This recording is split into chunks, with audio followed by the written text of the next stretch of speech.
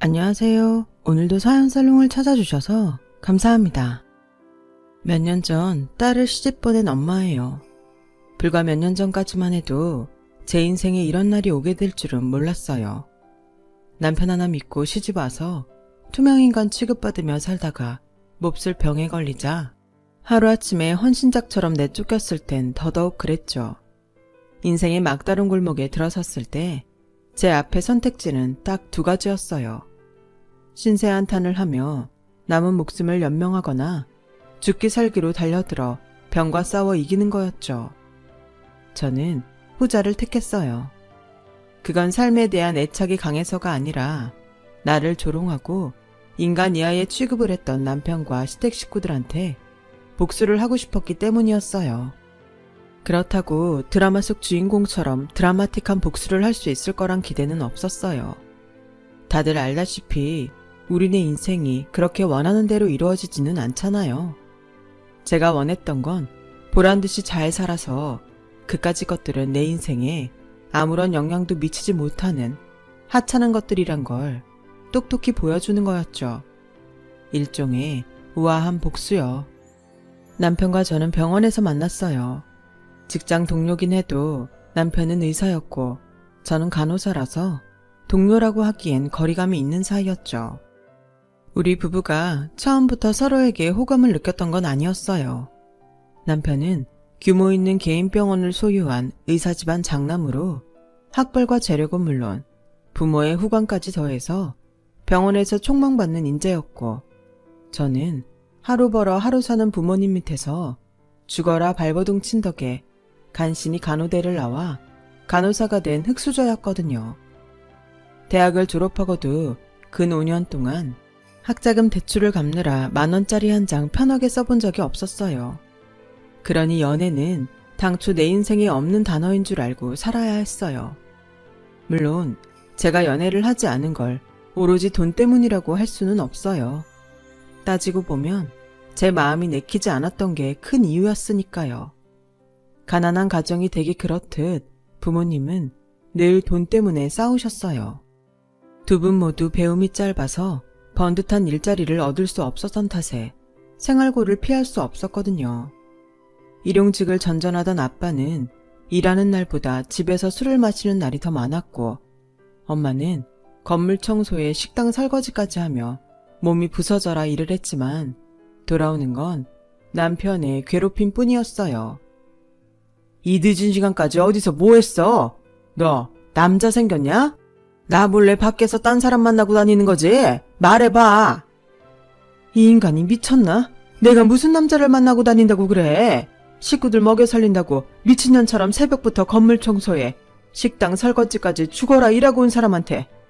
아휴, 돈도 못 버는 주제에 꼴의 남편이라고 지 마누라 바람필까봐 두렵긴 한 모양이지? 인간아, 제발 정신 좀 차려라. 집구석에서 술 처먹고 쓸데없는 생각 그만하고 나가서 돈 벌 궁리 좀 해. 그도 싫으면 차라리 나가 죽던가. 아, 드디어 네가 속내를 드러내는구나. 그래, 나 내쫓고 딴 놈이랑 살림 차릴 생각이냐? 근데 내가 그렇게는 못 해준다. 오늘 너 죽고 나도 황천길 갈라니까 이리 와라 이거사. 술에 의처증까지 심해진 아빠는 밤마다 엄마를 괴롭혔고, 엄마는 제가 대학교 2학년에 올라가던 그해 호련히 집을 나가버렸어요. 있을 땐 그렇게 죽일 듯 괴롭히던 아빠는 엄마가 나가자 삶의 의욕을 다 잃은 사람처럼 변해버리더군요. 제 학비 버는 것도 버겁던 저는 졸지에 아빠까지 떠안고 살게 됐고, 아르바이트를 늘려도 생활은 전보다 더 힘들어졌어요. 아무리 발버둥 치고 수면 위로 올라가려고 해도 보이지 않는 손이 앙칼지게 제 발목을 잡고 심해로 끌고 들어가는 것 같았어요. 더는 못하겠다는 말이 목밑까지 차고 올라오던 그때 아빠는 제 어깨에 짐을 덜어주려고 그랬는지 생을 마감하고 말았죠. 아빠의 죽음 앞에 저는 마음껏 슬퍼할 여유도 없었어요. 산 사람은 살아야 했으니까요. 아빠가 돌아가신 뒤 저는 살던 집을 정리하고 학교 근처로 이사했어요. 줄어든 살림처럼 제 생활도 전보다 단출해졌어요. 생활에 학업과 아르바이트밖엔 없었거든요. 졸업 후 대학병원에 취직한 저는 학자금을 갚기 위해 악착같이 버티며 병원 생활을 했어요. 그러다 그곳에서 레지던트 생활을 하고 있던 남편을 만나게 되었죠. 남편은 간호사들 사이에서 그리 인기 있는 사람은 아니었어요. 환자를 위하는 마음은 알겠는데 같이 일하는 간호사들을 힘들게 했거든요. 웃는 얼굴로 부드럽게 부탁하면 좋을걸, 굳은 표정으로 명령하듯 하니까 좋아할 수가 없었죠. 간호사들 둘만 모여도 남편 욕을 하기 일쑤였어요. 저 역시 심적으로 약간의 여유만 있었어도 동료들과 남편 욕을 했을지 몰라요. 하지만 그때 저는 너무도 여유가 없던 시절이라 남의 일에 신경 쓸 시간이 없었어요. 그러던 어느 날이었죠. 오전에 과장님 회진이 끝나고 여유가 생겨서 차트 정리를 하고 있는데 언제 왔는지 남편이 말을 걸었어요. 정 간호사는 쉬는 날 뭐해요? 혹시 뮤지컬 좋아해요? 저도 그렇고 남편도 그렇고 평소 동료들과 사적인 대화를 하는 사람이 아니라서 남편의 질문에 당황했어요. 그래서 대답도 못하고 빤히 봤더니 남편이 긴장했는지 저랑 눈도 못 마주치고 말까지 더듬더라고요. 그냥 난 그저 공짜표가 생겨서 물어본 거예요. 싫으면 안 가도 돼요. 싫은 게 아니라 한 번도 뮤지컬을 본 적이 없어서 좋은지 싫은지도 잘 모르겠어요. 공짜표인데 안 갈 이유가 없죠. 좋아요. 같이 가요. 그러자 남편은 그제야 안도하는 듯 피식 웃더군요. 그리고는 공연 날짜와 시간을 종이에 적어주었고 간호사들이 오자 도망치듯 자리를 떠났어요. 나중에 남편한테 그날 왜 나한테 뮤지컬을 보러 가자고 했냐 물었더니 다른 간호사들과 달리 저만 자기한테 화도 안 내고 뒤에서 흉도 안 봐서 내가 자기를 좋아하는 줄 알았다고 하더라고요. 그래서 일단 만나보고 괜찮으면 사귈 생각에 데이트 신청을 했다나요. 그 말에 좀 어이없기는 했지만 그래도 연애 한번 안 해본 사람이 딴에는 용기를 냈다는 거에 별 말 없이 넘어가 주었어요. 연애 무경험자 둘이 직장을 벗어나 난생 처음 데이트를 하는 건데도 그날은 이상하게 어색하지 않더라고요. 병원에 와서는 전혀 다른 남편 모습도 새롭고 연애 경험이 없어서 그런가, 평생 공부만 했던 사람이라 그런가 능숙하지 않고 풋풋한 청년미가 있어서 좋았어요.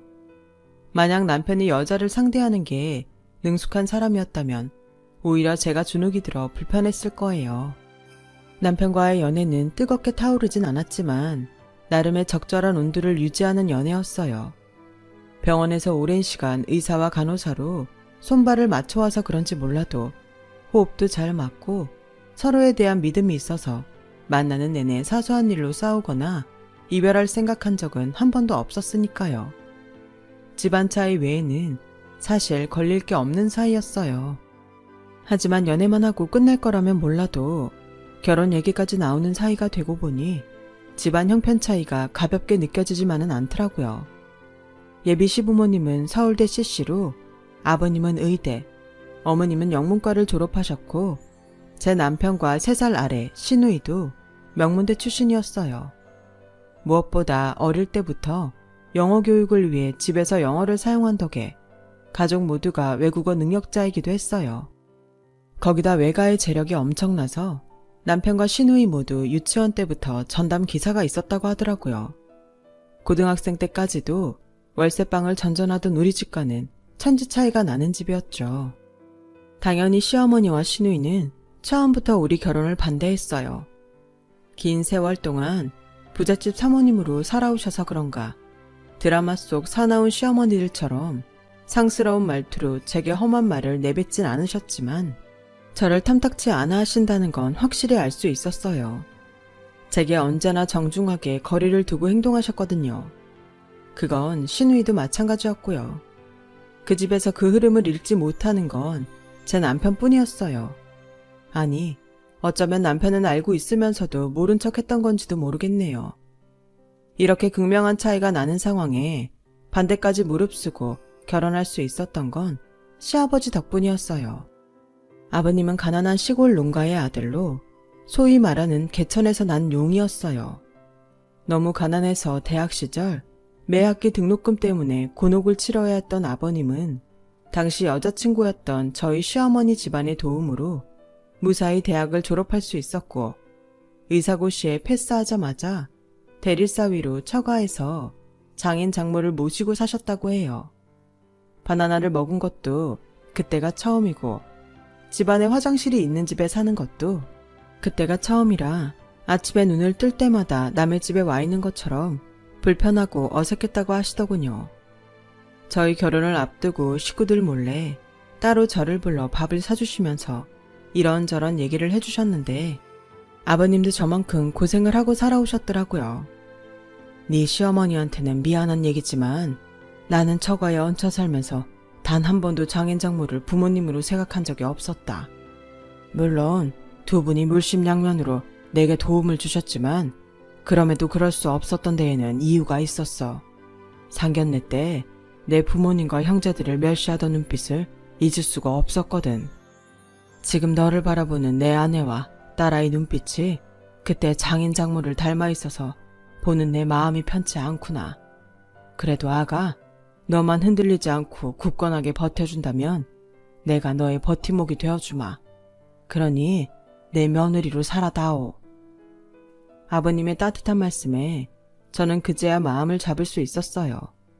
솔직히 결혼 얘기가 나오고 시댁에 처음 인사를 다녀온 이후로 이 결혼을 해도 되는 건지 고민이 많았거든요. 직업도 처지고 돈도 없고 무엇보다 친정이 없었으니까요. 거기다 시어머니와 시누이가 저를 마음에 들어하지 않는 것도 그렇고요.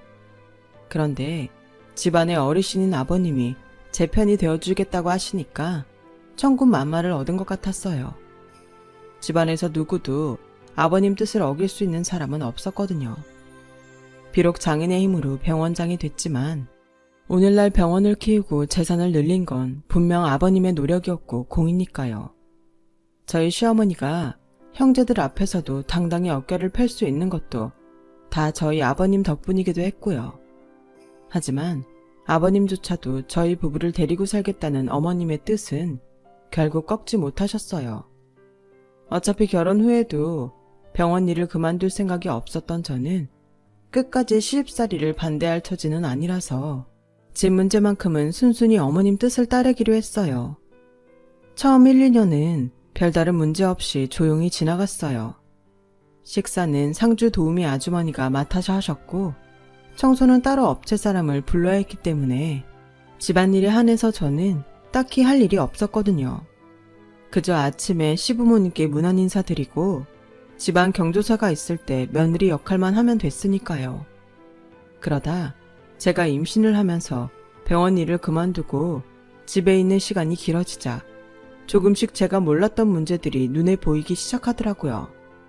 그동안 바빠서 미처 신경을 못 썼는데 집에서 일하는 도우미 아주머니가 저와 시댁 식구들을 차별하고 있더라고요.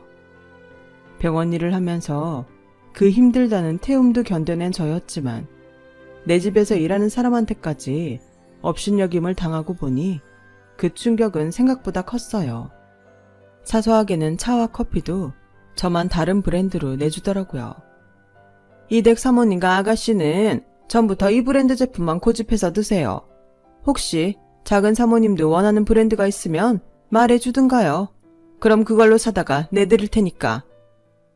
눈까지 내리깔고 그러길래 그냥 어머님 드시는 것과 같은 걸로 달라고 말하고 돌아서는데 제 뒤통수에 대고 들으라는 듯 비아냥거리는 거예요. 참, 맛은 알고 달라는 건지 원. 아주머니, 지금 뭐라 그러셨어요?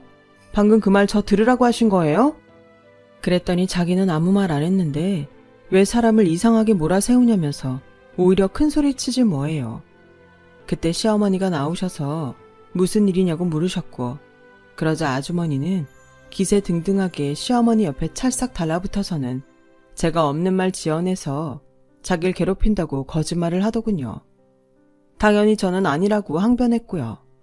그랬더니 어머님은 아주머니를 향해 단호하게 말씀하셨어요.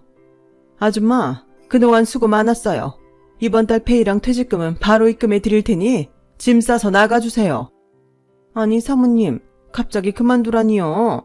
전 그냥 사모님도 이댁 며느리 마음에 안 들어 하시는 것 같길래 사모님 입장 헤아려서 대신 교육 좀 시킨 건데 그만 몰라주시고 이러시면 서운하죠.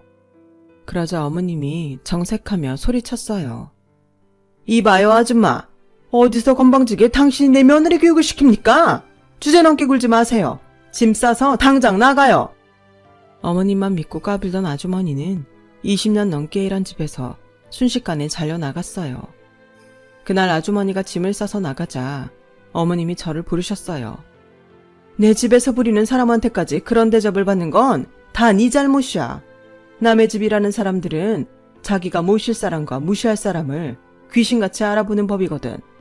20년 넘게 내 집 일하던 사람을 네가 내쫓았으니 오늘부터 사람 구할 때까지는 집안일은 네가 맡아서 해라.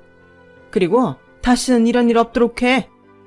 얼핏 보면 그래도 팔은 안으로 굽는다고 남이 아닌 며느리 편을 들어주었나 보다 하겠지만 실상은 그게 아니었어요.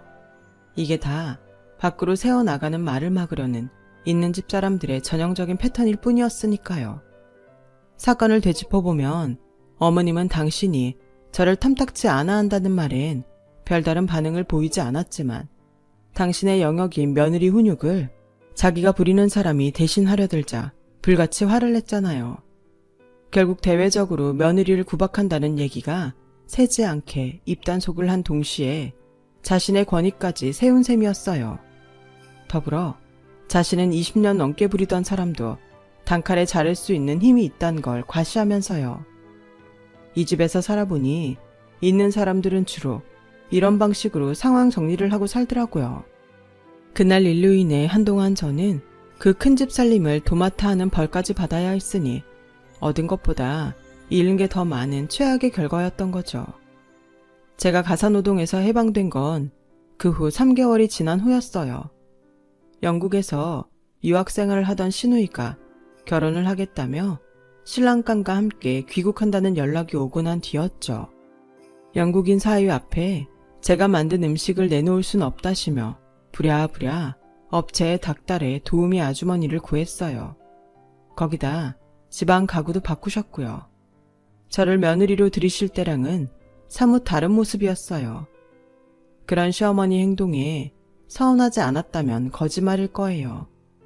그래도 어쩌겠어요. 어머님께 저는 모자란 사람인걸요. 영국 사위의 등장에 어머님은 당신 전공인 영어 실력을 유감없이 발휘하며 능숙하게 대화를 이끌어 나가셨어요. 일상 대화뿐만 아니라 영문학과 예술, 정치 분야까지 넘나들며 유려한 영어 솜씨를 뽐내셨죠. 그 대화에 끼지 못한 건 오로지 저뿐이었어요. 그저 눈치껏 단어 몇 개로 추론해 상황을 모면하는 정도였거든요. 처음엔 옆에서 통역을 해주던 남편도 시간이 지나자 귀찮은지 저를 빼고 대화를 나누더라고요. 그땐 몰랐어요. 이 집에서 영어 때문에 내가 어떤 꼴을 당하게 될지 말이에요. 그해 겨울 시누이는 한국에서 결혼식을 올렸고 이듬해 봄 저는 딸을 출산했어요. 제 딸도 신기하게 아버님을 많이 닮았더라고요. 아버님은 당신을 쏙 빼닮은 손녀딸을 무척이나 아끼셨거든요. 아버님은 출산 선물로 가족들 몰래 판교에 새로 분양받은 아파트를 제 명의로 해주셨어요. 살다 보면 꼭 한 번은 비빌 언덕이 필요한 순간이 올 거라면서요. 그 말은 마치 예언처럼 실제로 훗날 제가 살아가는데 디딤돌이 되어주었어요. 딸아이를 낳은 뒤로 1년 넘게 육아에 전념하던 저는 슬슬 복직 걱정이 되기 시작했어요. 더 쉬었다가는 영영 복직을 못하고 가정주부로 남게 될 것 같았거든요. 그래서 서둘러 몸을 만들고 딸아이 젖을 뗄 준비를 했는데 어머님이 그걸 아시고는 펄쩍 뛰시지 뭐예요. 여자한테 자식 육아보다 중요한 게 뭐가 있다고? 어른들 허락도 없이 멋대로 젖까지 떼겠다는 거니? 네 몸이야 네가 알아서 하는 거지만 내 손녀와 관계된 일은 앞으로 나한테 허락받고 행동하도록 해라. 그깟 간호사 일이야? 그리 중요한 것도 아닌데 뭘 그렇게 극성이야? 너 아니어도 할 사람 많잖아. 그러니 이참에 일 그만두고 육아에 올인할 생각이나 해. 괜히 집안 시끄럽게 하지 말고. 어머님, 그러지 마시고 저 병원에 돌아갈 수 있게 허락해 주세요. 어려운 형편에 힘들게 한 공부예요. 이렇게 끝내고 싶지는 않아요, 어머님. 저한테는 육아도 중요하지만 일도 그 못지않게 중요하거든요. 예, 누가 들으면 네가 나라라도 구하는 일 하는 줄 알겠다. 기껏 의사들 뒤치다거리나 하는 게 뭐 좋다고 이 난리니? 되도 않는 고집 그만 부리고 앞으로 자식 교육은 어떻게 할 건지 그 걱정이나 해. 어머님의 말 속에 그동안 제 직업을 어떻게 바라보셨는지가 그대로 들어있더라고요. 의사 뒤치다거리라니요. 간호사도 엄연한 의료인인데 어떻게 그런 식으로 폄하하실 수가 있는지 생각할수록 화가 났어요. 그래서 남편을 구슬러 복직할 기회를 엿보고 있었는데 하필 그때 아버님이 병원에서 뇌졸중으로 쓰러지시고 만 거예요. 첫째가 빨라서 큰 고비는 넘기셨지만 반신불수가 되는 바람에 더는 병원 원장직을 이어나가실 수 없게 됐어요. 병원 일각에서는 제 남편을 병원장에 올리는 걸 반대했지만 병원 지분의 상당량을 보유한 어머님 독단으로 남편을 원장직에 올리셨어요. 그렇게 남편은 대학병원을 나와 아버님 병원을 물려받게 되었어요. 그리고 저는 집에서 육아와 더불어 아버님 병수발까지 맡게 되었고요. 아버님은 몸이 쇠약해지고 나니 심적으로도 무너지시는지 저만 보시면 그렇게 눈물을 흘리셨어요. 60평생 그 많은 의료서적을 보시고 현장에서 의료 지식을 쌓으셨지만 당장 당신 손가락 하나 마음대로 움직이지 못하게 되자 그 괴리감에 고통스러워 하시더라고요. 날이 갈수록 무너져 내리는 아버님을 보는 저도 힘들긴 마찬가지였어요. 아버님과 제가 힘겨운 투병 생활을 하는 동안 어머님은 병원 일에 발벗고 나서기 시작하셨어요.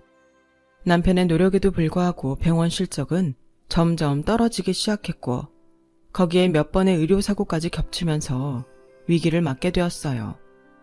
고비 때마다 어머님은 자산을 매각해 병원의 적자를 메우셨고 남편은 그렇게 한 고비씩 넘길 수 있었어요. 그러다 제 딸이 유치원에 들어가던 해 아버님은 세상을 떠나시고 말았어요. 그리고 본격적인 시련이 찾아왔죠.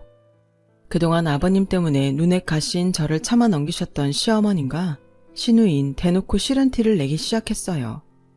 결혼 후 1년 반도 안 돼 이혼당하고 한국으로 쫓기듯 돌아온 시누이는 자기 인생이 불행해진 걸 마치 제 탓으로 돌리려는 양 제게 화풀이를 하는 낙으로 살았어요. 제 앞에서 제 욕을 하는 건 물론이고 제 행동 하나하나에 딴지를 걸었어요. 문제는 어이없게도 제가 그 말을 온전히 알아듣지 못했다는 거예요.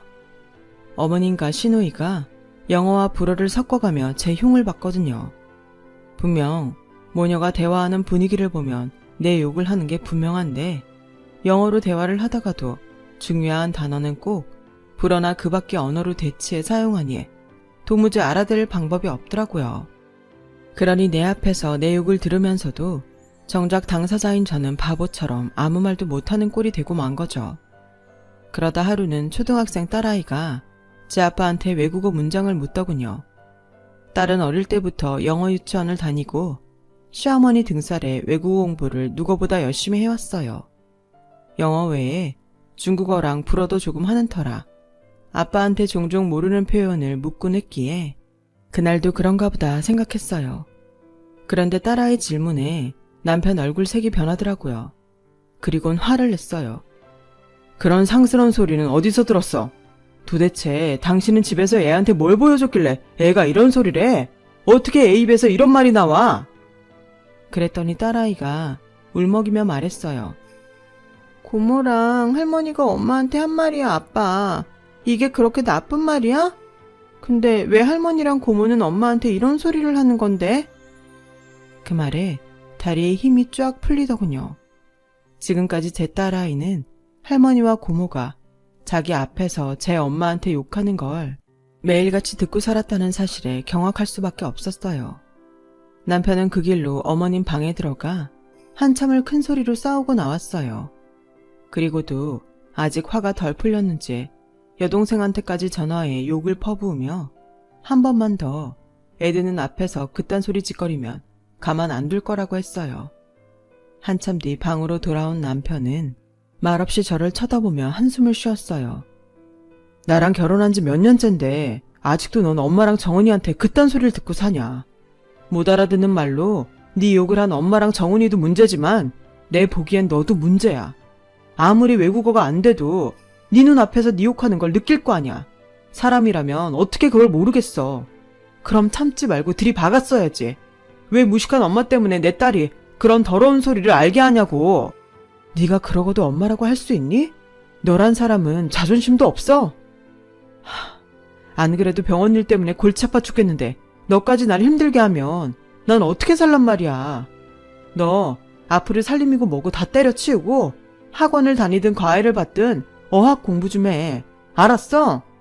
그리고 은솔이는 영국 기숙학교로 보낼 테니까 그런 줄 알아. 남편은 딸아이를 위한 결정이라며 어린 딸을 영국으로 보냈어요. 제가 영국에 따라간다고 했더니 가소롭다는 듯 그러더군요. 애초에 은솔이를 영국으로 보내게 된 건 너 때문이었어. 네가 병신처럼 딸 앞에서 욕이나 듣고 사는 거 안 보이려고 보낸 거니까. 막말로 네가 영국에 따라간다고 예솔이한테 뭘 해줄 수 있겠어? 제발 현실 좀 직시해라. 결국 제 딸의 영국 생활은 어머님과 시누이가 저 대신 도맡게 되었고 저는 1년에 한두 번 정도 딸아이와 전화 통화를 하는 게 고작이었어요. 그나마도 시간이 지나면서 현지 학교에 적응이 된 딸은 저보다는 친구들과 어울리기에 바빴고 그렇게 딸과 멀어지기 시작했죠. 그러는 사이 저는 남편의 오랜 외도와 저를 둘러싼 시댁 식구들의 노골적인 멸시와 조롱에 불면증과 그 밖의 무기력증 등으로 고통받게 되었어요. 그러다 제가 암에 걸렸다는 사실을 알게 되었죠. 이미 주변 장기까지 전이가 많이 돼서 수술도 불가능한 상태였어요. 병원에선 대개 이런 상태의 환자한테 항암 치료를 제의하기보다는 가족과 마지막 시간을 보내길 권하곤 해요. 남편은 제 CT를 보더니 한숨을 푹 쉬곤 이제 어떻게 할 거냐고 묻더군요. 당신이 원하는 대로 해줄게. 치료 불가능한 건 당신이 잘 알 테고 호스피스 병원 연결해줘. 그러자 어머님이 현재 병원 사정도 안 좋은데 그런데 돈 쓸 거 뭐 있냐며 남는 병실에 입원시키라고 했어요. 집안에 병자를 두면 될 일도 안 되니 하루빨리 집에서 내보내라고요. 제가 마지막으로 영국에 가서 딸아이를 보고 오겠다고 했더니 남편과 어머님은 한 목소리로 절대로 안 된다고 펄펄 뛰었어요. 애 학업에 방해가 된다나요? 제발 은솔이 보고 오게 해줘. 그럼 두말 않고 이혼해줄게. 당신도 내 눈피에 두 집 살림하는 거 피곤하지 않아? 그러니까 내가 나가준다고. 어머님도 제 꼴 보기 싫으시잖아요. 제 장례식에 오셔서도 아가씨랑 외국어로 제 욕하실 텐데. 전요, 더는 그 꼴 못 보겠어요.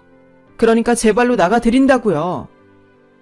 그렇게 저는 이혼 약속을 앞세워 5년 만에 딸아이를 볼 수 있었어요. 못 본 사이 어른이 다 됐더라고요. 딸아이와 영국에서 일주일을 보낸 저는 한국으로 돌아와 집을 나왔어요. 그리곤 아버님이 남겨주신 아파트로 들어갔어요. 남편은 병원 경영 상태가 안 좋아 현금이 없다며 제 계좌로 얼마 안 되는 위자료를 보내주었어요. 17년 결혼 생활은 그렇게 끝이 났어요. 혼자 살기 시작하면서 제 일상에 많은 변화가 있었어요. 암과 싸워 이기기 위해 준비해야 할 것들이 많았으니까요. 먼저 물 맑고 공기 좋은 곳으로 이사를 해야 했고 저와 같은 환우들과 정보를 공유하며 내 몸에 맞는 음식과 치료 방법을 결정해야 했어요. 간호사 일을 할 때는 결코 동의하지 않았을 치료 방법들이지만 어차피 시한부 판정을 받은 거 못할 것도 없다는 생각에 용기를 얻게 되었어요. 그리고 딸과 했던 약속을 지키기 위해서는 뭐라도 해봐야 했으니까요. 영국을 떠나기 전 딸아이는 제게 10년 뒤 함께 세계 여행을 하자고 했거든요. 그 약속을 지키기 위해선 어떻게든 살아남아야 했고 그게 바로 내가 사라지기를 바라는 사람들한텐 복수가 될 거란 생각을 했어요. 다행히 자연치유요법을 하는 사람들 모임에서 저처럼 삶의 의지가 강한 사람들을 만나게 돼서 우리는 서로 의지하고 격려하면서 암 투병 생활을 이어나갈 수 있었어요. 벽에 걸린 달력을 한 장 한 장 넘길 때마다 이 장이 마지막이 아닐까 걱정되던 마음은 1년이 지나고 3년, 5년을 넘어서자 환희로 바뀌었어요. 제 몸에 잔뜩 퍼져 있던 암세포들이 사라져버리고 CT상으로도 깨끗하게 완치도 돼 있었거든요. 제 완쾌 소식에 함께 투병 생활을 해온 환우들이 자신들 일처럼 기뻐해줬어요. 저의 완쾌는 그간 우리의 치료 방식이 틀리지 않았다는 증명이기도 했기에 다들 잔뜩 고무된 상황이었죠. 그러던 중 환우 가족 중 한 분이 제게 자신이 운영하는 사업체에 와서 1일 강연을 해달라고 부탁하셨어요. 처음엔 도무지 자신이 없어서 거절을 했던 제게 사장님이 그러시더라고요. 대단한 걸 바라는 게 아닙니다. 그저 그동안 살아온 얘기를 해달라는 것뿐이에요. 솔직한 것만큼 큰 감동은 없으니까요. 결국 연이은붓하게 할 수 없이 저는 강연에 나섰고 그 일을 계기로 현재까지 3년 넘게 전국을 다니며 강연을 이어가고 있어요. 다행히 가는 곳마다 반응이 좋아서 현재는 강의료도 꽤 받고 있어요. 그러던 차 딸아이한테 이메일이 온 거예요. 곧 결혼식을 한다고요. 완쾌하고 바로 딸을 만나러 영국에 갔을 때 딸아이가 남자친구라며 한국인 유학생을 데리고 나왔었는데 그 친구와 결혼까지 하게 됐다더군요. 그렇게 저는 이혼한 지 8년 만에 공식적으로 시댁 식구들 앞에 나가게 되었어요. 결혼식장 주차장에서 저를 본 전 남편과 전 시어머니는 제가 살아있다는 사실보다 제가 타고 간 외제차에 더 놀라는 눈치였어요. 그도 그럴 게 지난 8년 동안 전 남편은 아버님의 병원을 말아먹고 도박으로 집까지 날린 채 후배가 하는 병원에 페이닥터로 나가고 있었나 봐요. 그나마도 경기가 안 좋아서 언제 잘릴지 모르는 형편이라더군요. 부잣집 딸로 태어나 평생 설거지 한번 안 하고 살아온 전 시어머니는 말년에 전 재산 말아먹은 아들과 함께 월세집에 살면서 손수, 밥값, 빨래, 청소까지 하고 사신다고 했어요. 그나마 노년을 위해 가지고 있던 땅마저 딸이 훔쳐 달아나는 바람에 빈털터리가 됐다더라고요. 그러니 한창 돈이 궁하니 모자한테 돈 냄새 풍기는 제가 얼마나 반가운 손님이겠어요. 혼주석에 저와 함께 나란히 앉은 전 남편은 딸아이 결혼식 내내 제게 말을 걸었어요. 어디 살고 있느냐, 재혼은 했느냐, 뭘 해서 돈을 벌었느냐 등등 온통 저의 재정 능력을 가늠할 만한 질문을 해대기 시작했죠. 자기야, 오랜만에 만나서 이런 말 하긴 좀 그렇지만 예정을 생각해서 나 돈 좀 빌려주라. 나 이달까지 5천 못 만들면 앞으로 의사생활도 못하게 될지 몰라. 그놈들이 신체 포기각서까지 받아가서 빼도 박도 못한다고. 돈은 내가 3달 안에 갚아줄게. 그러니까 제발 나 좀 살려주라. 또다시 도박에 손을 댄 남편은 인생 막장까지 다다른 것 같았어요. 돈 5천만 원을 빌려달라고 결혼식 끝나고 패백 마칠 때까지 제기에 대고 징징거리더군요. 사람이 변하는 건 한순간이라고 어쩌다 이렇게 변했는지 한심했어요. 저는 딸과 사이를 공항으로 보내고 남편한테 한마디 했어요. 자기는 내가 살아있다는 것보다 내가 가진 재산이 더 반가운가 보네. 그런데 헛물 켜지 마. 암 걸린 아내한테 돈 3천 쥐어주고 내쫓은 인간한테는 그림의 떡이니까. 내가 어떻게 돈을 벌었냐고? 그간 너랑 네 엄마 네 여동생한테 받았던 암덩이 팔아 마련했다. 니네 집에선 투명인간처럼 살던 나한테 사람들이 돈 주면서 내 얘기를 해달라고 그러더라. 더 감동스러운 건 있지? 내 얘기를 들은 사람마다 나 대신 화를 내면서 니네 집구석 인간들을 욕하더란 거야. 그럼 미친 인간들하고 어떻게 17년을 버티고 살았냐고 말이야. 너랑 살 땐 내 몸을 상하게 하던 네 엄마 욕설도 니네 집을 나오니까 돈이 된다는 게 신기하지 않아? 지난 17년간 니들 모자는 내 가슴에 수없이 비수를 꼽았지만 난 이렇게 상처 하나 없이 잘 살고 있어. 그 얘긴 말이야. 니들은 내 인생에 쥐똥만큼도 영향을 줄 수 없는 하찮은 것들이란 소리야. 내 말 알겠니? 어머님도 알아들으셨죠? 영어에 프랑스어까지 섞어서 며느리 욕하시는 분인데 한국어 정도는 알아들으실 거 아니에요. 참 어머님, 어지간하면 이제 그 욕 좀 끊고 사세요. 사람이 없어 보이잖아요. 세상 고상한 척은 혼자 다 하시면서 늘 입에 걸레를 물고 사세요? 왜요? 수입산 걸레는 냄새 안 날까봐 주구장창 입에 달고 사시는 거예요. 그래봤자 걸레는 결국 걸레랍니다. 돈은 없어도 품위는 지키셔야죠.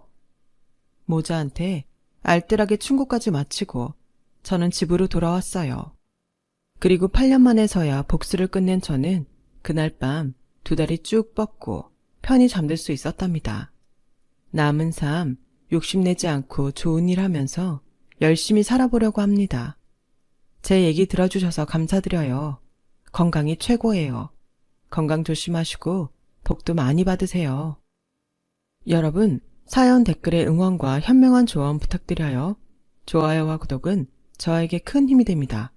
오늘도 좋은 일 가득하세요.